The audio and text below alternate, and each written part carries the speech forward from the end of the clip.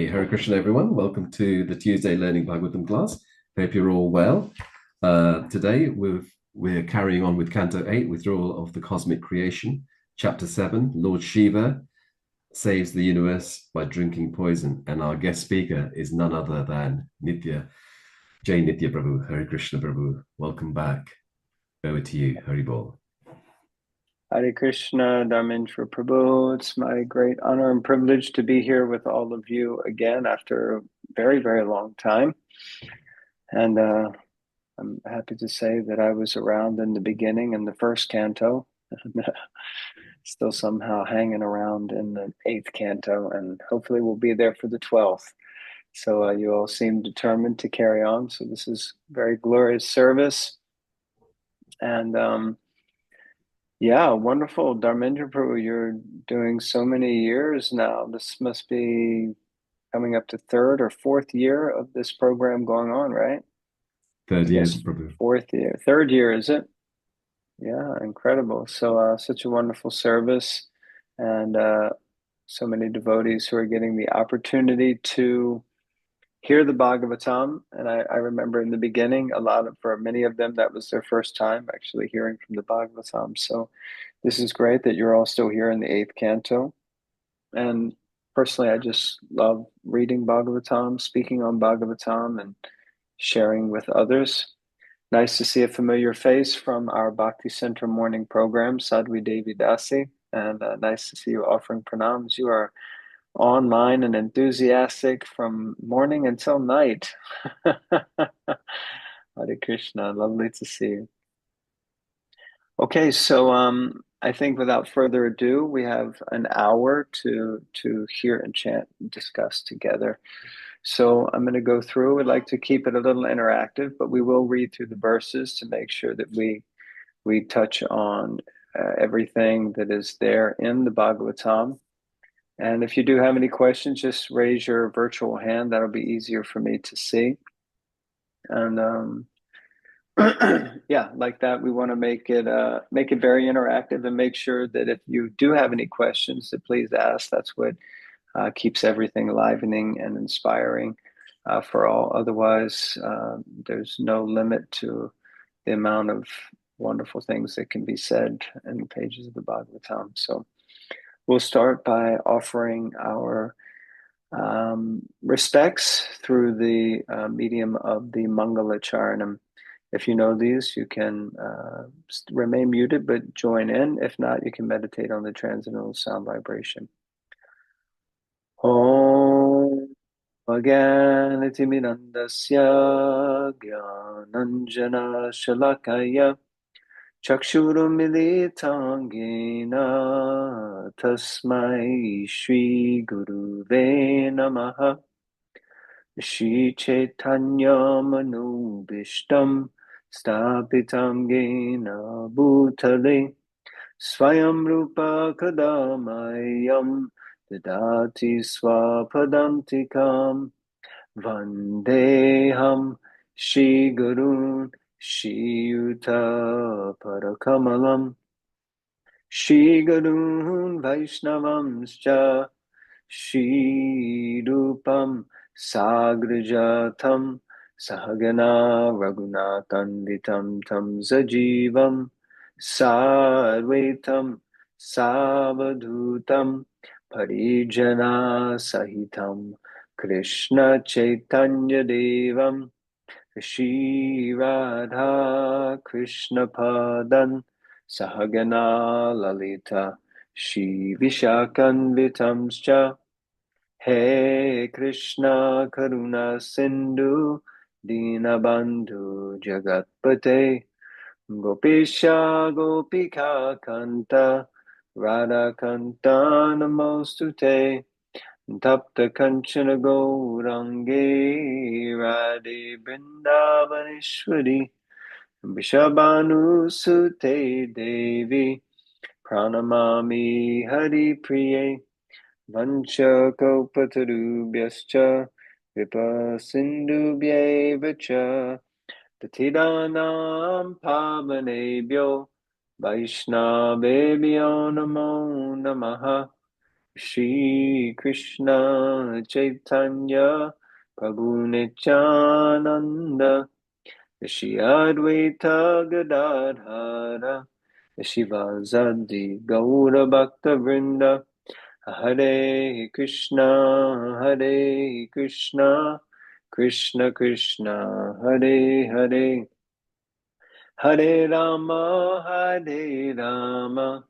Rama Rama Hare Hare Jai Srila Prabhupada Ki Jai Ananta Koti Vaishnava Vrinda Ki Jai Jai Nitai Gaura Premanandi Hari Hari Bo.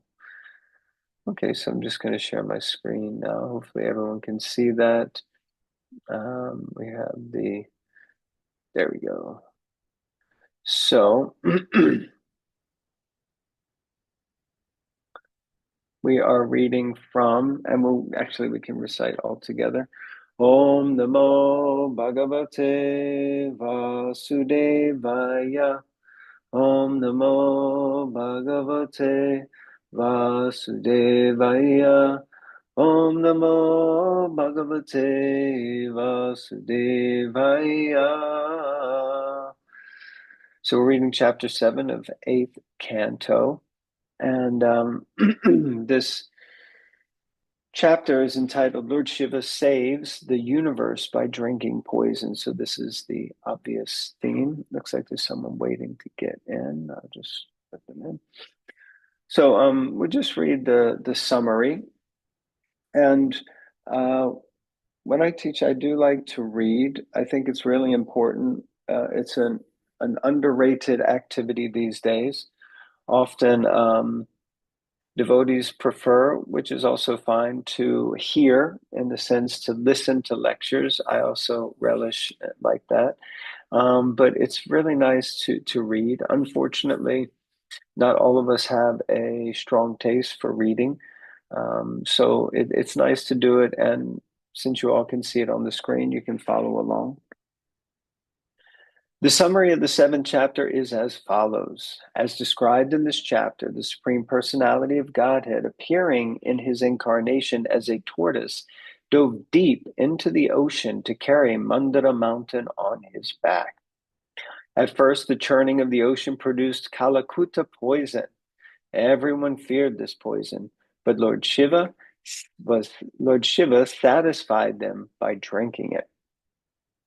With the understanding that when the nectar was generated from the churning, they would share it equally, the demigods and the demons brought Vashuki to be used as a rope for the churning rod. By the expert arrangement of the Supreme Personality of Godhead, the demons held the snake near the mouth, whereas the demigods held the tail of the great snake. Then, with great endeavor, they began pulling the snake in both directions, because the churning rod, Mandara mountain, was very heavy and was not held by any support in the water. It sank into the ocean. And in this way, the prowess of both the demons and the demigods was vanquished. The Supreme Personality of Godhead then appeared in the form of a tortoise and supported Mandara mountain on his back. Then the churning resumed with great force. As a result of the churning, a huge amount of poison was produced. The Prajapatis, seeing no one else to save them, approached Lord Shiva and offered him prayers full of truth. Lord Shiva is called Ashutosh because he is very pleased if one is a devotee. Therefore, he easily agreed to drink all the poison generated by the churning. The goddess Durga, Bhavani, the wife of Lord Shiva, was not at all disturbed when Lord Shiva agreed to drink the poison, for she knew Lord Shiva's prowess. Indeed, she expressed her pleasure at this agreement. Then Lord Shiva gathered the devastating poison which was everywhere. He took it in his hand and drank it. After he drank the poison, his neck became bluish. A small quantity of the poison dropped from his hands to the ground, and it is because of this poison that there are poisonous snakes, scorpions, toxic plants, and other poisonous things in this world. So if we were to just stop there, there is so much just in that introduction. that we can see that this chapter 7 of the 8th canto, regarding, or as Prabhupada would say, in the matter of Lord Shiva drinking an ocean of poison, is filled with so many aspects of pastime, incarnations, philosophical points. So there's so many things that can be brought out here. So I'm going to share different screen and read through the verses. So I like to, like this. So hopefully you can see this is books. So the book is here, and we'll start. There we go. There we go. So the summary is there. So we start with Shukadev Goswami, who is glorifying Maharaj Parikshit. And now I always like to get the context. So it's not always so easy to know, but if you remember, Parikshit Maharaj had only 7 days to live. We're now at the 8th canto. The 10th canto is the longest section. And you can imagine then there's 11 and 12, which are very little. Well, the 12th canto, very short, and 11th canto, relatively small in comparison. So we can imagine by the time we get to the 8th canto, we must be at around maybe day 4 or day 5 of, maybe even less, because the 10th canto is so long. It's hard to believe that this entire Bhagavatam was spoken in 7 days. But anyway, somewhere around the 4th day, we're probably about halfway through the Bhagavatam, 3rd or 4th day. And this topics of the churning of the milk ocean are coming up. And Shukadev Goswami speaking to Parikshit Maharaj, who has such a short amount of time to live and who is such a pure bhakta, pure devotee, that he just really wants to hear about Krishna. Yet, because he's surrounded by other personalities, different types of devotees, different types of transcendentalists, different types of sadhus, sages, for the sake of all of these personalities, in fact, Shukadev Goswami and Parikshit Maharaj are entering into a conversation that is therefore for the benefit of everyone. So in one sense, sometimes topics are discussed that we may think, why would Parikshit Maharaj want to waste his time dwelling on such matters when he should be hearing about Krishna? But we have to remember that, and this will come out in our discussion today, that actually Parikshit Maharaj is a pure devotee. And because of that, he's able to see Krishna in everything. So he understands the all-pervasiveness of Krishna's energy and how Krishna's energy is pervading everything. So here we have a pastime that's being discussed about how the demons and the demigods formerly had been feuding, fighting with one another, which is customary and normal. Again, a point that will come out later in the talk. But now they've called a truce. And they now have a vested interest, a common vested interest for each of them.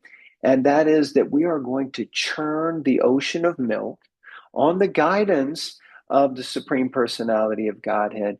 And that is going to produce some nectar. And from that nectar, we are going to have the elixir of immortality. So I know growing up and on many different programs, there's often talk of the fountain of youth. And everyone is always looking for the fountain of youth.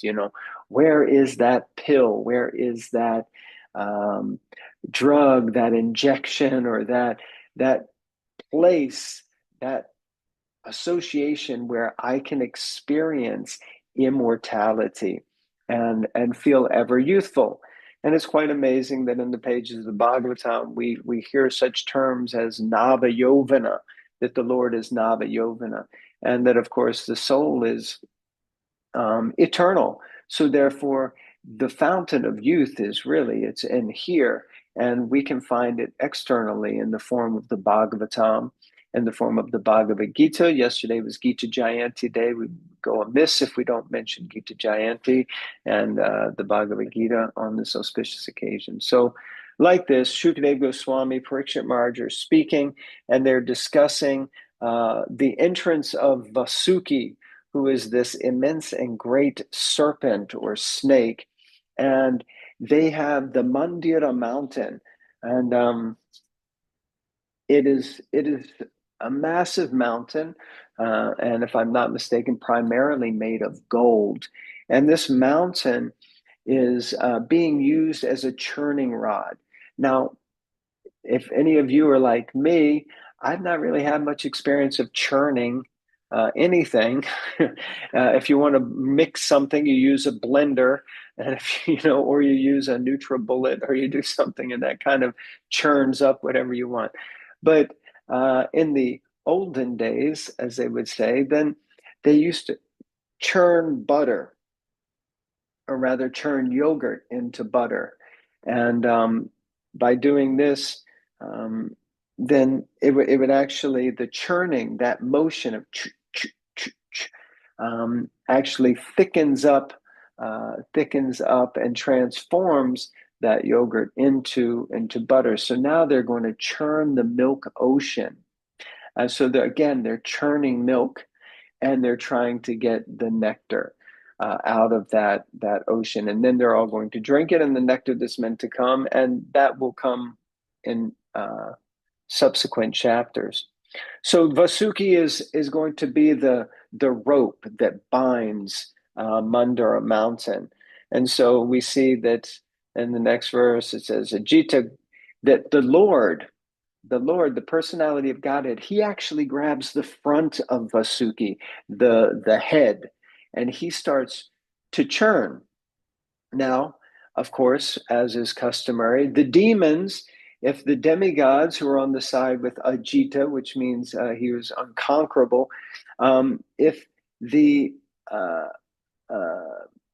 demigods are on the side with Krishna, with the Supreme Personality of Godhead, and that's the head, then if the demigods are on the side with the Personality of Godhead and the head, then the demons get stuck at the tail end.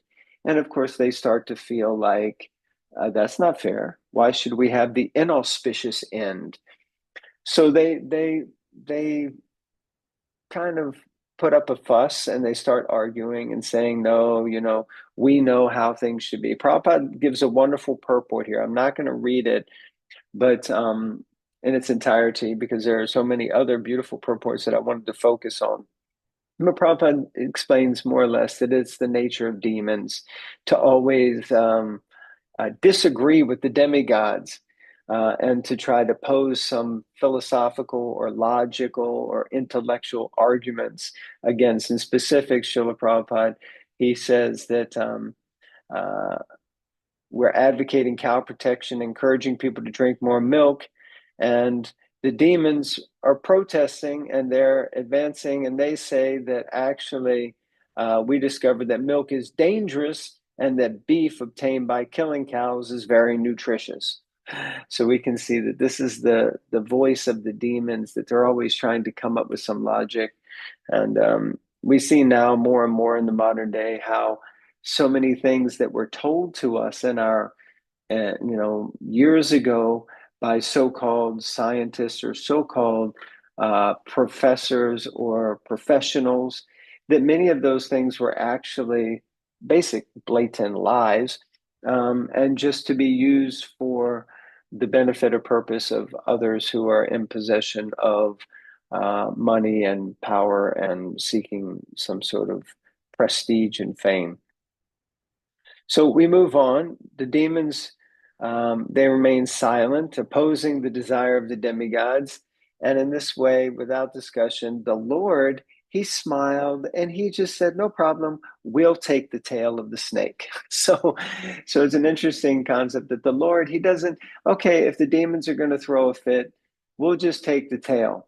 Now, actually, we'll see later that this might have been some reverse psychology utilized by the Supreme Lord, because he said, let's grab the head first. But actually, the head was the more dangerous end. And we'll see how that is later. because the serpents, they can often, we in the modern day, we hear of dragons that are fire-breathing dragons. Well, Vasuki is one of those fire-breathing serpents. So anyway, the Lord said, no problem. We'll take the inauspicious side. We'll take the tail, and you guys can have the head. So like that. So after that, adjusting how the snake was to be held, the demigods and demons, they began to churn. O son of Pandu, son of the Pandu dynasty. So I love this because with every word of the Bhagavatam, it's a little window into so much unpacking. O son of the Pandu dynasty. So it takes you all the way back to Pandu, who is the father of the Pandavas, and immediately connects Parikshit Maharaj to his heritage. His immensely auspicious family lineage, that he is actually, the grandson rather, of Arjuna, and so many things like that. So anyway, when Mandara mountain was thus being used to churning rod, it had no support, and therefore, although it was held by the strong hands of the demigods and demons, it sank into the water. So here you have Mandara mountain, situated in the middle of the Milk Ocean. Vasuki is wrapped around it. The demigods and the Lord are at the tail end. The demons are at the head, and they're churning. But Mandara mountain doesn't have anything supporting it, so therefore it's falling over. So because the mountain had been sunk by the strength of providence, the demigods and demons were disappointed, and their faces seemed to shrivel. When I read this, I thought, isn't it just the way? It's just the fact of nature that when things don't go our way, our faces shrivel up, and we become very disappointed. In material life, disappointment is not a difficult thing. There is perpetual opportunity for disappointment, and we see a lot of shriveled faces around the neighborhood. That's the way it goes. It's a disappointing place. So like that. Now the first purport verse that I wanted to focus on, text number 8.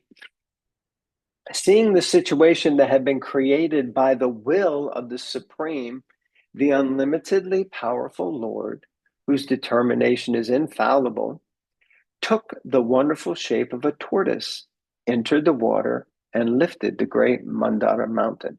So just in this verse, there is so much there. We see that first, this awkward situation was created by the Lord. So the Lord, in our own lives and in the world in general, he is creating both auspicious and inauspicious, apparently inauspicious things. So it's all coming from the Lord. But his determination is not fallible. He is achyuta. He is infallible. And he took the shape of a tortoise, so then he manifested himself as a tortoise, and he entered into the water and lifted this great mountain. So in the purport, Srila Prabhupada says, here is evidence that the Supreme Personality of Godhead is the supreme controller of everything. As we have previously described, there are two classes of men, demons, demigods, but neither of them are supremely powerful. Everyone has experienced that hindrances are imposed upon us by the supreme power. Everyone has experienced that hindrances are imposed upon us by the supreme power. The demons regard these hindrances as mere accidents or chance, but devotees accept them to be acts of the supreme ruler. When faced with hindrances, therefore, devotees pray to the Lord. Tatenu kampam susamikshimano bunjana evatma kritam vipakam. Devotees endure hindrances, accepting them to be caused by the Supreme Personality of Godhead and regarding them as benedictions. So I'm going to stop there. That is such a powerful, powerful purport that Srila Prabhupada is giving us on the consciousness that we as devotees should have. Now, I'm probably not alone in saying that I definitely do not always see hindrances as benedictions sent by the Lord. And it is so easy to become frustrated and angry and or upset when impediments appear in our lives. But actually, the consciousness of a devotee is that I see these things as the will of the Lord. I see that the Lord is here in my life and he's putting an obstacle in front of me to make me stronger. He's putting an obstacle in front of me to help me to grow, to help me to learn. So therefore, let me seek a deeper understanding of how I can learn from this circumstance and this situation. Whereas the demons, they just regard these as acts of chance and hindrances that have come from nowhere, and they also may just try to, in one sense, ignore them, but they miss the whole point. And what is that point? That point is that the Supreme Lord, Krishna, is in our life always. He's always there. He's always trying to assist us. He's always trying to guide us to the best version of ourselves, to our higher self, to acting on higher consciousness. He's always knocking from within and trying to encourage us. And here we see that when there is difficulty and challenge, the Lord is also, and we have to make a note of this, that the Lord is so pleased by the fact that the demons and the demigods are working together for some purpose, that he himself is willing to get involved and do whatever he can to make it happen. So this is also a real deep faith builder, that we can remember that the Lord is willing to personally get involved. He's already involved, but here he takes the form of Korma, the tortoise, and he enters into the water and he's going to rest the Mandira mountain on his back. So when the demigods and demons saw that Mandira had been lifted, they were enlivened and encouraged to begin churning again. And the mountain rested on the back of the great tortoise, which extended for 800,000 miles, like a large island. So when you say tortoise, I'm picturing like a 6-inch, 12-inch, circular diameter of a shell of a tortoise or a turtle. But this is 800,000 miles. I mean, you can't even fathom 800,000 miles. I was hearing a lecture earlier today, Burijan Prabhu, and he said miles from the East Coast to the West Coast of America is about 3,600 miles. And that takes a total of, about 32 hours or something to drive. 4 days, 8 hours of driving will get you from one side to the other. This is 800,000 miles. So that's the sheer massive size that we're dealing with.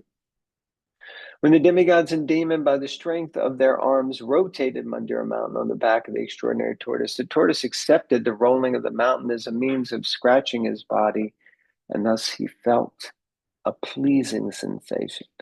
So I was thinking this is also the mood that we should have, that sometimes there can be some discomfort, but if in that discomfort we're actually giving pleasure to someone else, or giving hope to someone else, or facilitating someone else's progress and advancement, then we should actually see that no, this is fine. It's actually serving a higher purpose for me also. And Krishna was like, yeah, I've got a little itch right there, right there in the center of the back. So, okay, can you put Mandira Mountain there and just, ooh, yeah, that feels really good. I like that. So this is Krishna. Text 11. Thereafter, Lord Vishnu entered the demons as the quality of passion, the demigods as the quality of goodness, and Vasuki as the quality of ignorance, to encourage them and increase their various types of strength and energy. So generally, we understand that the Lord is transcendental, and that he is above the three modes of material nature. He's unaffected by the three modes. But here we see that the Lord is using all three of the modes to encourage, engage, motivate, each of the participants in this churning. So, in the purport, Srila Prabhupada says that everyone in this material world is under the different modes of material nature. There were three different parties in the churning of Mandara mountain: the demigods, who were in the mode of goodness, the demons, who were in the mode of passion, and the snake Vasuki, who was in the mode of ignorance. Since they were all becoming tired, Vasuki so much so that he was almost going to die, Lord Vishnu, to encourage them to continue the work of churning the ocean, entered into them according to their respective modes of nature: goodness, passion, and ignorance. So we can understand that we all are also influenced by different modes. Some of us may be more influenced by the mode of ignorance, some of us by the mode of passion, and some by the mode of goodness. And we can see that the Lord can empower us through any of these predominating modes that we have. Of course, we often hear that our goal is to rise to the platform of the mode of goodness, and then to sattva gun, and then ultimately to transcend goodness to the mode of shuddha sattva, which is purified goodness. But here we see that the Lord, he is so expert that he can engage and utilize anyone as an instrument, as a tool in his service, regardless of the influence of whichever mode it might be. So, moving on, manifesting himself with thousands of hands, the Lord then appeared on the summit of Mandira mountain, like another great mountain, and held Mandira mountain with one hand. In the upper planetary systems, Lord Brahma and Lord Shiva, along with Indra, king of heaven, and other demigods, offered prayers to the Lord and showered flowers upon him. So now you have the Lord. He's there as Ajita. He's churning the milk ocean with the demigods. Then he enters under Mandara mountain as Kormadev, as the tortoise on which the pivot is placed. Then and the Lord appears in a 1,000-hand form, and he sits on top of Mandara mountain, as well as the fact that the Lord, through the different agencies of the modes of material nature, has entered into each and every one of the participants. So let us just say with all honesty and openness that we are understanding here that actually the only person who, in one sense almost, is really churning the milk ocean is the Supreme Lord himself, because he's on top of Mandara mountain, he's underneath Mandara mountain, he's has entered into Vasuki in the mode of ignorance, into the demons in the mode of passion, into the demigods in the mode of goodness. He's Korma, he's the 1,000-armed, he's everywhere. He's all pervading at this point. The demigods and demons worked almost madly for the nectar, encouraged by the Lord who was above and below the mountain, and who had entered the demigods, the demons, Vasuki, and the mountain itself. Okay, so he's even entered the mountain. Because of the strength of the demigods and demons, the ocean of milk was so powerfully agitated that all the alligators in the water were very much perturbed. Nonetheless, the churning of the ocean continued in this way. So, let's see, my is blocking. Vasuki had thousands of mouths. From his mouths he breathed smoke and blazing fire, which affected the demons, headed by Poloma, Kaleya, Bali, Ilwala. Thus the demons, who appeared like Sarala trees burned by a forest fire, gradually became powerless. So here we see that Vasuki, who is a serpent, he's now breathing fire, and he's really having a detrimental effect on the demons. Because the demigods were also affected by the blazing breath of Vasuki, their bodily lusters diminished, their garments, garlands, weapons, and faces were blackened by smoke. However, by the grace of the Supreme Personality of Godhead, clouds appeared on the sea, pouring torrents of rain, and breezes blew, carrying particles of water from the sea waves to give the demigods relief. So poetic, so beautiful.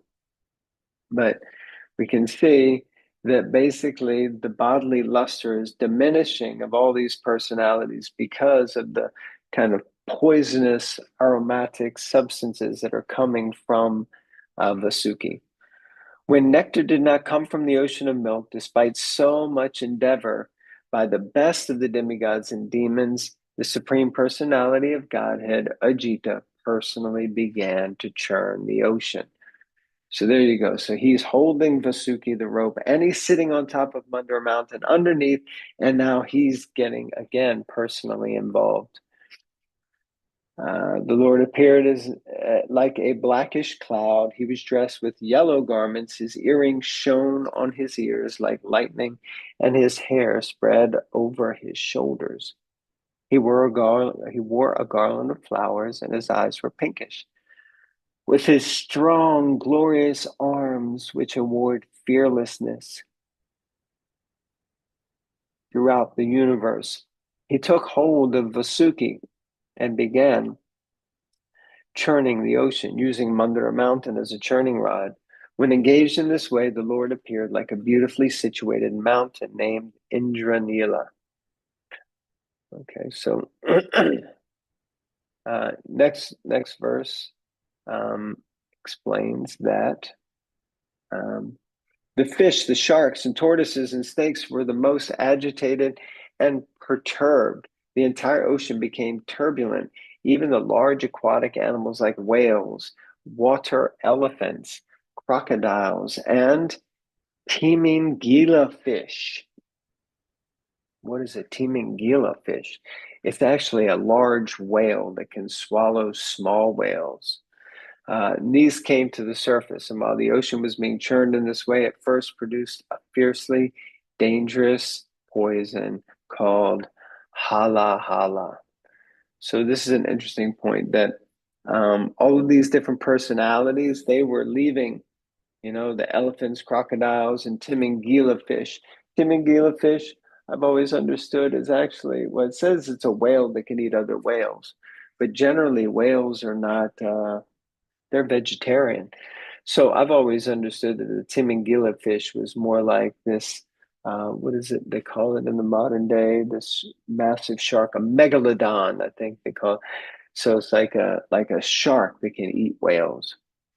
Okay, text 19. O king, when that uncontrollable poison was forcibly spreading up and down in all directions, all the demigods, along with the along not working now.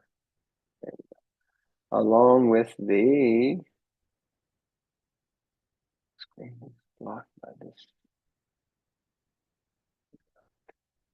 Lord himself approached Lord Shiva, Sadashiv, feeling unsheltered and very much afraid. They sought shelter of him. So now we have the Lord who's going to get shelter from Lord Shiva. So this could very much be a source of debate amongst devotees who claim that Lord Shiva is God. We see here that Krishna is going to get the help of Lord Shiva. So one may question, since the Supreme Personality of Godhead was personally present, why did he accompany all the demigods and people in general to take shelter of Lord Sadashiv instead of intervening himself in this connection? Srila Madhva Acharya warns. Rudrasya yashasho ritaya swayam Vishnu visham vibhu na shanjare samartopi vayam koche prashantaye. Lord Vishnu was competent to rectify the situation, but in order to give credit to Lord Shiva, who later drank all the poison and kept it in his neck, Lord Vishnu did not take action. So I think and find this so very important. It's such an important verse and understanding. And that is that sometimes we may take so much on ourselves and forget the magic word of delegation, finding someone else to take that on. Here we see that the Lord is not bothered about who gets it done. He just wants it to get done. And also for him, he prefers that, depending on what the thing is that the Lord needs to get done, he is so willing to give credit to someone else. And it always reminds me of this statement that just think how much we could accomplish if we don't care who gets the credit. Just think how much we could accomplish if we were able to give up caring about who's going to get the credit for this. Such an important point. So, it continues on. Demigods observed Lord Shiva sitting on the summit of Kailash Hill with his wife, Bhavani, for auspicious development of the three worlds. He was being worshipped by great saintly persons desiring liberation. The demigods offered him their obeisances and prayers with great respect. So, the Prajapati said, "Oh, greatest of all demigods, Mahadev, super soul of all living entities and cause of their happiness and prosperity, we have come to the shelter of your lotus feet. Now please save us from this fiery position which is spreading all over the..."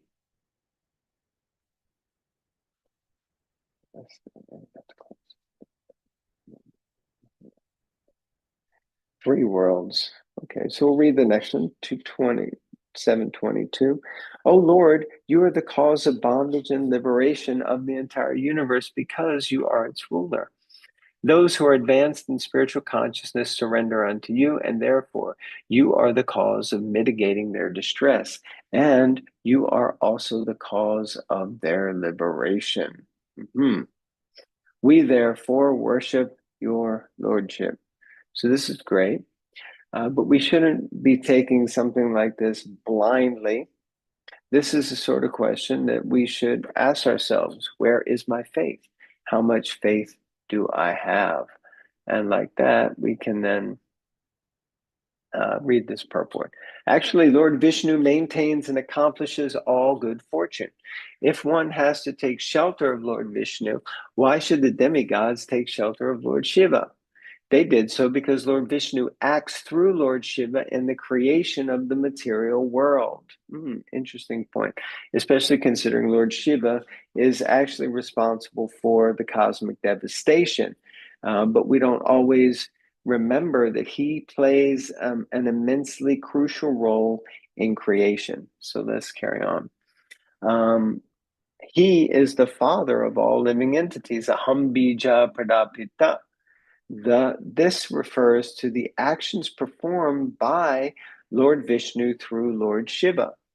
Lord Vishnu is always unattached to material activities, and when material activities are to be performed, Lord Vishnu performs them through Lord Shiva. Lord Shiva is therefore worshipped on the level of Lord Vishnu. When Lord Vishnu is untouched by the external energy, he is Lord Vishnu. When Lord Vishnu is untouched by the external energy, he is Lord Vishnu. But when he is in touch with the external energy, he appears in his feature as Lord Shiva. Okay. So this is a very interesting point, very deep philosophical even you could say theological point, that the Lord, Krishna, he is beyond the material world. He's beyond the mundane world. Even if he enters into it, which he does, but he remains unaffected. So if he has to get something done in the material world, he himself personally will not do it. He has to empower someone. And in this situation, he is empowering Lord Shiva. And he empowers Lord Shiva specifically in the process of creation. And it's a very interesting point that Shiva, when when Mahavishnu, Karnadakshaya Vishnu, when he glances over the material energy. Now remember, who is the material energy? The material energy is Durga. So when the Lord glances over the material energy, which is Durga, his glance impregnates the material energy. That glance is Lord Shiva, because Vishnu would not impregnate Durga. That is the job of Lord Shiva. So Lord Shiva becomes the glance of Vishnu and impregnates the material energy. So whenever there is a situation where the Lord has to act in the material energy, he engages Lord Shiva. So like that. Now, we are sort of running out of time. It's hard to believe that almost an hour has passed by. Oh Lord, so now what happens is the Prajapatis and the Lord, the different demigods, the demons, they start offering these prayers to Lord Shiva. And they offer so many prayers and everything as you're reading it. If you didn't know that this was for Lord Shiva, and we can know that very quickly because it says, "Oh Lord," and the word Lord is not capitalized. The letter L is not capitalized in Lord, because it's not referring to the Lord, Krishna. It's referring to the Lord. It's referring to Lord Shiva. So in that sense, the Lord is Krishna, but the Lord who's helping out in this situation is Lord Shiva. So many different prayers. And this is another thing, when we can learn from that, when we want something from someone, which is what they want Lord Shiva to drink an ocean of poison. Well, we shouldn't think that it's going to be as simple as just going up to him and saying, "Hey, can you drink this ocean of poison for me?" So, and of course, the humility of the demigods, the Prajapatis, they don't want to just go and ask for something. They first want to offer glorification of the devotee, and so they offer so many prayers. Here's one. "Oh Lord, the sky is your navel, the air is your breathing, the sun are your eyes, the water is your semen. You are the shelter of all kinds of living entities, high and low. The god of the moon is your mind, and the upper planetary system is your head." So they are really going about glorifying Lord Shiva. It mentions 5 Vedic mantras that's picked up in a later purport.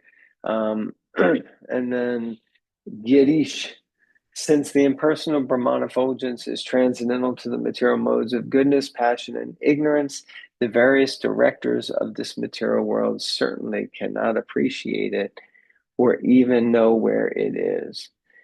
It is not understandable even to Lord Brahma, who has 4 heads in this universe, Lord Vishnu, or the King of Heaven, Mahendra."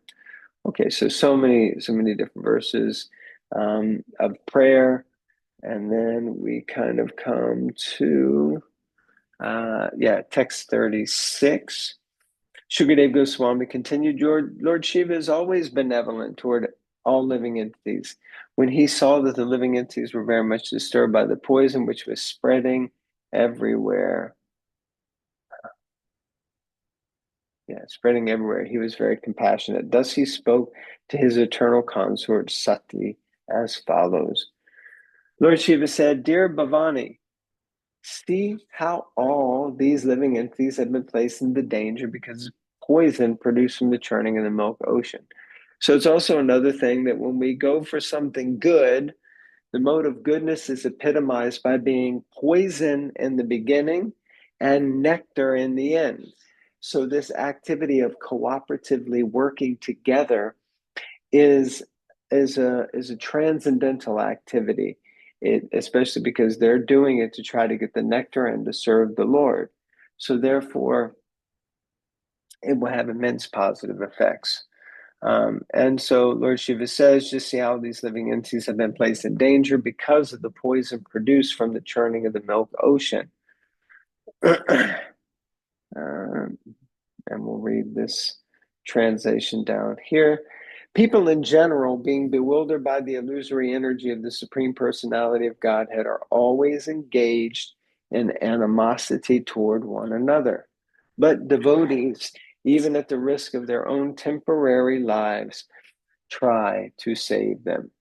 So this verse seems to be implying that the devotees do not get bewildered by the illusory energy and engage in animosity toward one another. Unfortunately, that is not true. Devotees also enter into animosity with each other, which is not such a nice thing.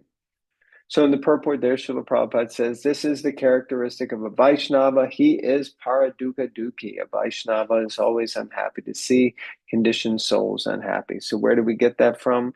We get it from God. Okay, 41, 42. Thereafter, Lord Shiva, who is dedicated to the auspicious, benevolent work for humanity, compassionately took the whole quantity of poison in the palm of his hand, just right in his palm, in the Brahmaranja, the Brahmatirtha, and he just drank it like that. So Prabhupada takes the opportunity to bring up the point that one should not try to imitate Lord Shiva. Lord Shiva can do whatever he likes, but those who try to imitate Lord Shiva by smoking ganja and other poisonous things will certainly be killed because of such activities. Interesting. Text 43, and then we're coming close to the end here. Yeah. So then it mentions about the bluish line on the Lord's neck, and how this marks his neck. Where is it? There it is. That line, however, is now accepted as an ornament of the Lord. So even though the Lord was stained and scarred, you could say, by drinking this poison, he did it for the pleasure of the Lord. He did it so that it would get done and not just be hanging around. But at the same time, we see that he's now left with almost a scar, and that is his name is Nilkant.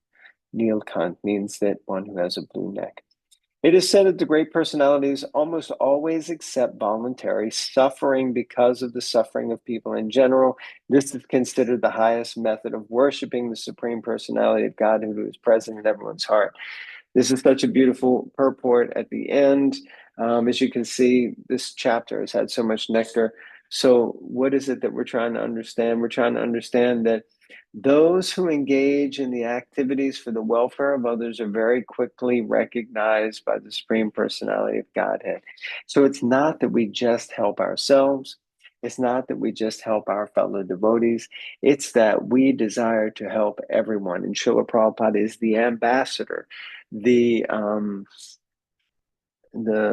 hero who has taught us, the acharya who has taught us through selflessly trying to give and help others.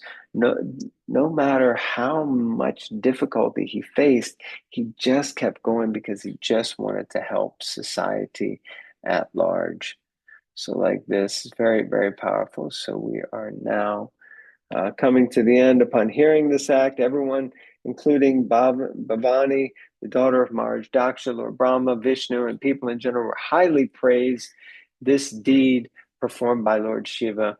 So they're glorifying Lord Shiva. And then this last little point that scorpions, cobras, poisonous drugs, and other animals whose bites are poisonous took the opportunity to drink whatever little bit of poison fell out of and scattered from the Lord's hands while he was drinking. So these little personalities, Prabhupada says snakes, or sorry, it says scorpions, cobras, poisonous drugs, and other animals.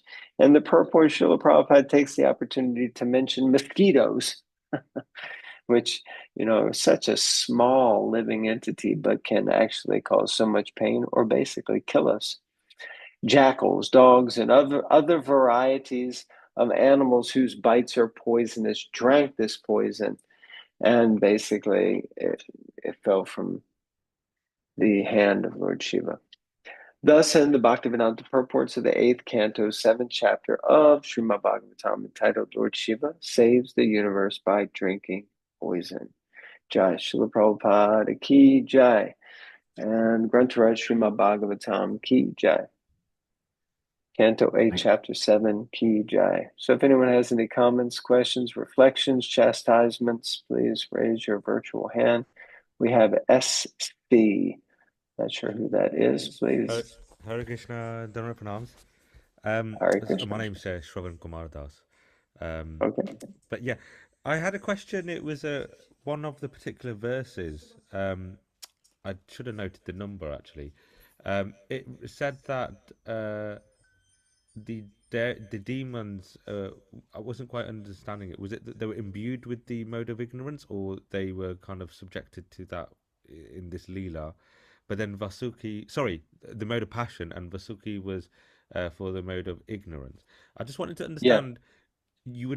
I just assumed, I was expecting to hear that it would have been the demons that would have got the mode of ignorance, just because they're demons. Mm-hmm. So why was it that it's not that, and it's Vasuki is the mode of ignorance, and demons are mode of passion?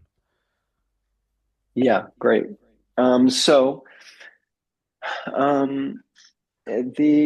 It's clear the demigods are mode of goodness.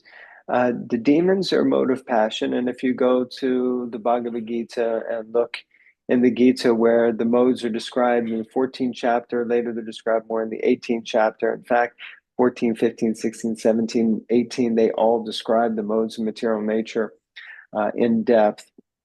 One thing that stands out is that the demoniac mentality of passion is there because the demons are driven to acquire the same thing that the demigods want, but their mode of getting it is devoid of goodness. It's mean they're willing to do whatever they have to do to get to the end that they want.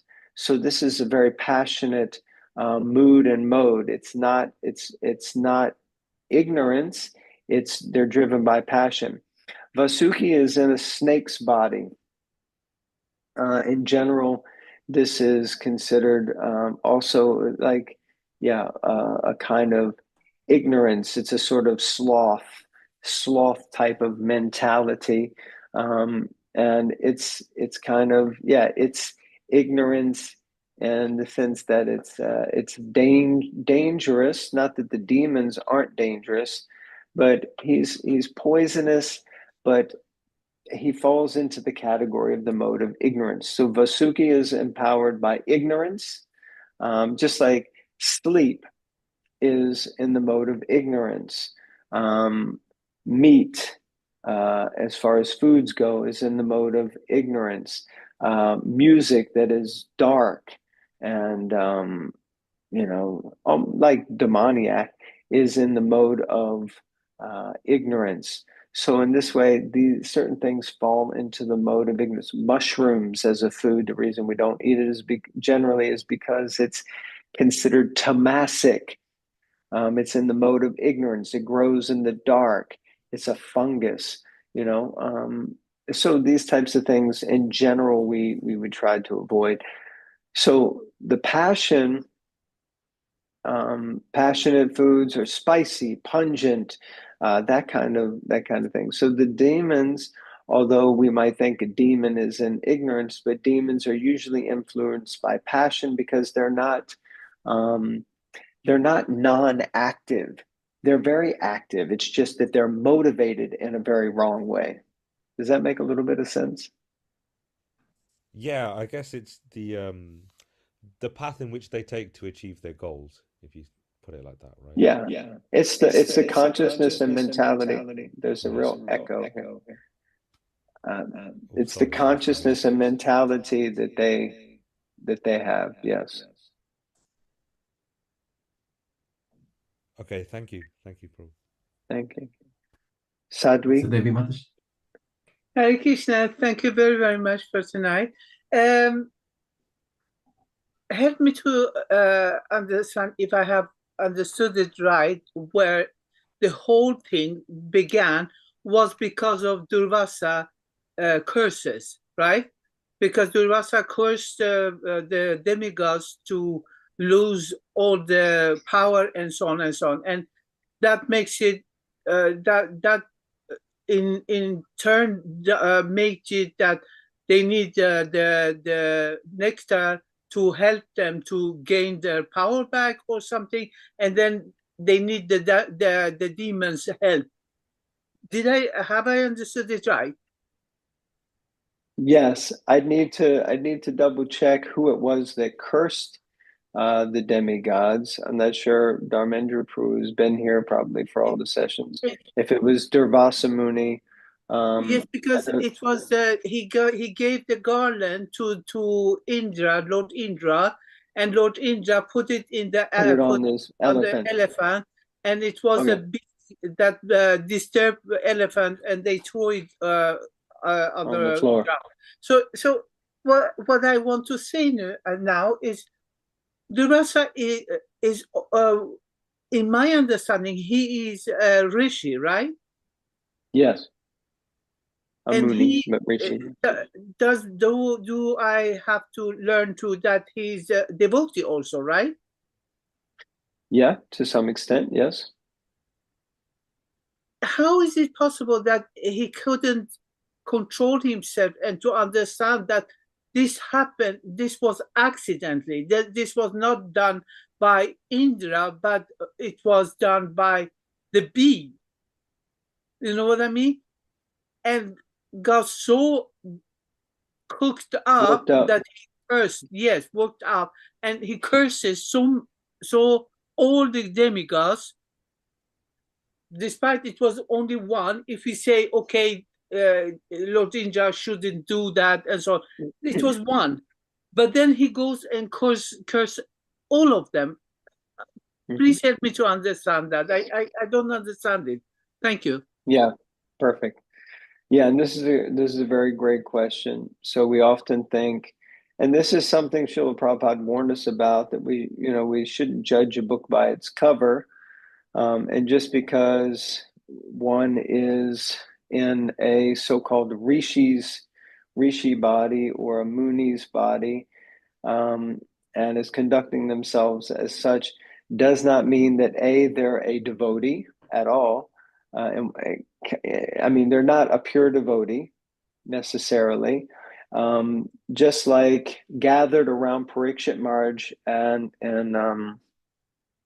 on the bank of the Ganges as he's about to give up his body are many different famous sadhus and rishis and munis. They're all gathered there because they love to hear, but they also have many different perspectives on the absolute truth. And their perspectives, some of them may be true and precise, but they're not necessarily the perspective that a devotee would have. They're definitely not the perspective that a pure devotee would have, and they're not necessarily the perspective that a Krishna Bhakta would have. So Durvasa Muni is known very much for his lack of control over his temper and his intense capacity to his capacity for cursing people with very little, I guess, disturbance to him. Like the instance, Durvasa Muni is the person that cursed Ambarish Maharaj. So Ambarish was trying to serve him, but Ambarish had been fasting for something like 30 days or something, and he just wanted to break fast, but at the same time he wanted to serve Durvasa Muni. So he took guidance from the Brahmins, and the Brahmins said, you can drink a little water. Water doesn't break fast, or water could break fast. So if you drink the water, then you've broken fast, but at the same time, you won't have broken fast before you serve your guest, who is Durvasa Muni. But Durvasa Muni, by his mystic potencies, by his yogic siddhis, he understood that Durvasa had drunk water, and therefore he went back and he cursed him. And we see what happened to Durvasa Muni was that because of that, the Lord himself kind of sent his Sudarshan chakra to attack Durvasa Muni, and that Sudarshan chakra chased him all around the universe until Durvasa Muni wound up at the feet of the Lord and was praying to him, please, please, please stop. And he said, I can't stop.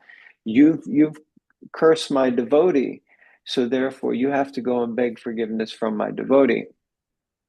And the Lord said, I can't forgive you. And it's an interesting thing. It says that even the dust of the lotus feet of the devotee will curse an offender, even if the devotee doesn't curse him. Then the dust of his lotus feet will curse the offender. So like this, Durvasa Muni is not a pure devotee. He is actually what's known as a Mishra Bhakta.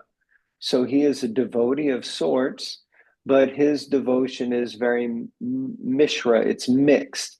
And what is it mixed with? It's mixed with different modes, but primarily for him, it's mixed with yoga. So a propensity for yogic powers and yogic siddhis. So he would likely be considered a yoga Mishra Bhakta. So like that. I don't know if that explains it, but it just means basically the essence is that Durvasa Muni isn't a pure devotee. He's a great personality, but just because he's a great personality doesn't mean that he's a devotee, and definitely it doesn't mean that he's a pure devotee. Is that okay? Thank you very much. This is very good. The only thing I want to say, for me, it was very strange to read this. Lord Shiva saved the word, or 3 words and so on. What I start to learn here in the Krishna consciousness was Lord Shiva is destroyer, not saver, destroyer, right? Destroyer, yes. In general, he's in charge of the mode of ignorance. Yes. And he usually also is in charge of annihilation at the end of the devastation of the planets. Yes. Yes. Universal devastation. Yes. Thank you. So what you got to hear today, if I understood you correctly, Sadhva Devi, is that you got to hear today that also Lord Shiva plays a role in creation. Yes. Yes? And you weren't aware of that. Yes, that's correct. So Lord, because the material energy is Durga, or Bhavani, as we're hearing here, or Parvati, the material energy is actually the wife of Lord Shiva. So when it comes to creation and being in contact with the impregnation of Durga, of Parvati, of his wife, then Krishna or Vishnu is not going to do that. That's going to get handed over to someone else. And who is that someone else? It's Lord Shiva, like that. Thank you. Thank you, Hare Krishna. So it is now 1:15. I think Dharmendra Prabhu, we should. Would it be okay if I can ask a question, if that's all right, Prabhu? Sure, of course. And thank you very much. I think there's a good slogan now for my T-shirt that you've given me, which is we can get more things done if we weren't too concerned about getting the credit. So I think That's that will be something that I can put up. But the question that I've got is how should we work together with our three modes of material nature to improve our bhakti? Okay, how do we work together with our own three modes of material nature to improve our bhakti? Yeah, so if you're talking, I mean, you mean how do we work with our own modes, or how do we work with other people who are influenced by those modes? No, our own modes, because obviously we go Okay. through that. Yeah.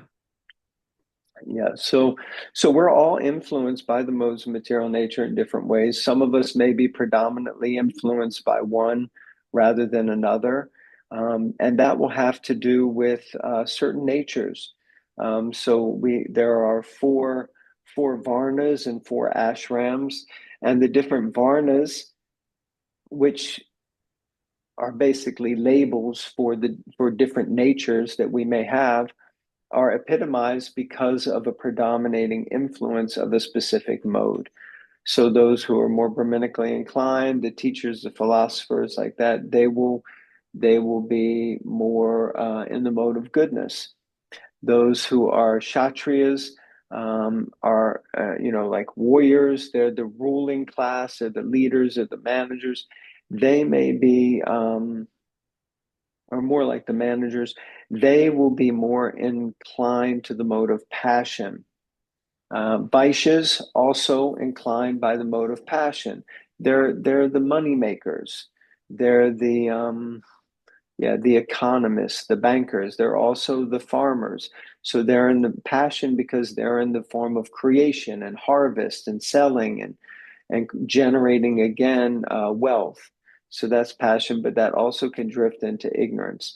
And then Shudras are in the mode of ignorance in the sense that basically they're often not so motivated or inclined in so many different ways. And they just basically get done what needs to be done to the best of their ability. So we have to understand that we have these inclinations within us. Srila Prabhupada taught us very clearly that we should try to rise to the mode of goodness. And from the mode of goodness, that becomes a platform, a launch pad, a stepping stone to Shuddha Sattva, which is pure goodness. So we shouldn't allow ourselves to become depressed and despondent because we get influenced by the mode of ignorance. That's going to happen to us. It happens to the best of us. Or the mode of passion, or the mode of goodness. Prabhupada said in one place that, we should try, our devotees should at least try to get to the mode of passion because they're often influenced by the mode of ignorance. So it means that the modes will still have some play with us until we're on the transcendental platform where we become completely free from them. So we can try to utilize these, and the best answer I can think of is by trying to understand what is our actual dharma according to our psychophysical nature, which means according to our varna. Am I more of a Brahmin? Am I more of a Kshatriya? Am I more of a Vaishya? Am I more of a Shudra? And Shudras are the artisans also. They're the artists. They're the actors. They're the singers. They're the performers. They're also the sports people. So all of these are also Shudras. They're artisans because they do their actions and activities for the pleasure of someone else. They work for a boss in that sense. So whatever is our nature, it can be used and engaged in Krishna's service. It's not that all of us are going to become naturally Brahminical, but we should definitely aspire for the mode of goodness. And the modes are also broken down into not just goodness, passion, and ignorance, but goodness is broken down into goodness, passion, goodness, ignorance, goodness. And even those get broken down into, ignorance, goodness, ignorance, passion, goodness. So there are 8, I think Prabhupada says like 8 times 8 times 8. Somehow he multiplies it, that or 3. What does he say? He says 3 times 3 is 9, times 3 is 27, times 3, like that. He says you can keep breaking it down. And that's what causes all the different bodies of the material energy. So all the 8,400,000 species of life are generated and created by this perpetual breakdown of the modes of material nature. So whatever is our nature, we should understand it and recognize that we have to work with it. The entire Bhagavad Gita is all about how Arjuna should use his passionate Kshatriya nature in the service of the Lord to get the job done that the Lord needs to get done. It's not about trying to deny that I have it or trying to change it. That's what Arjuna wanted to do. He wanted to give up his Kshatriya nature and he wanted to take on the nature of a sadhu. He wanted to become a sannyasi and go and live in the forest. But Krishna was saying, no, I don't want you to take sannyas. I want you to be a true sannyasi, which is I want you to be renounced from the fruits of your activities. But at the same time, I want you to act, and I want you to act according to your nature. So like that. Anyway, it was a very long answer, and I don't even know if it made any sense. No, that was really beautiful. Thank you. Comprehensive as always, Prabhu. If we could all kindly unmute and say our 3 Haribols. Haribo! Haribo! Haribo! Haribo! Haribo! If I can ask, Prabhu, would you be able to say our final prayers? I'll just quickly share them with you. And if you can all mute, if that's okay. There you go, Prabhu. Hare Krishna.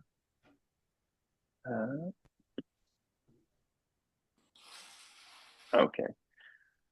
Vanchakalpatarubhyascha kripa sindhubhyevacha patitanam pavanebhyo vaishnavebhyo namo namaha. Grantaraj Srimad Bhagavatam ki jai, Anantakoti Vaishnav Vrinda ki jai, Srila Prabhupada ki jai, Gaura Bhakta Vrinda ki jai, Nitai Gauda Premanandi Hari Hari Bo.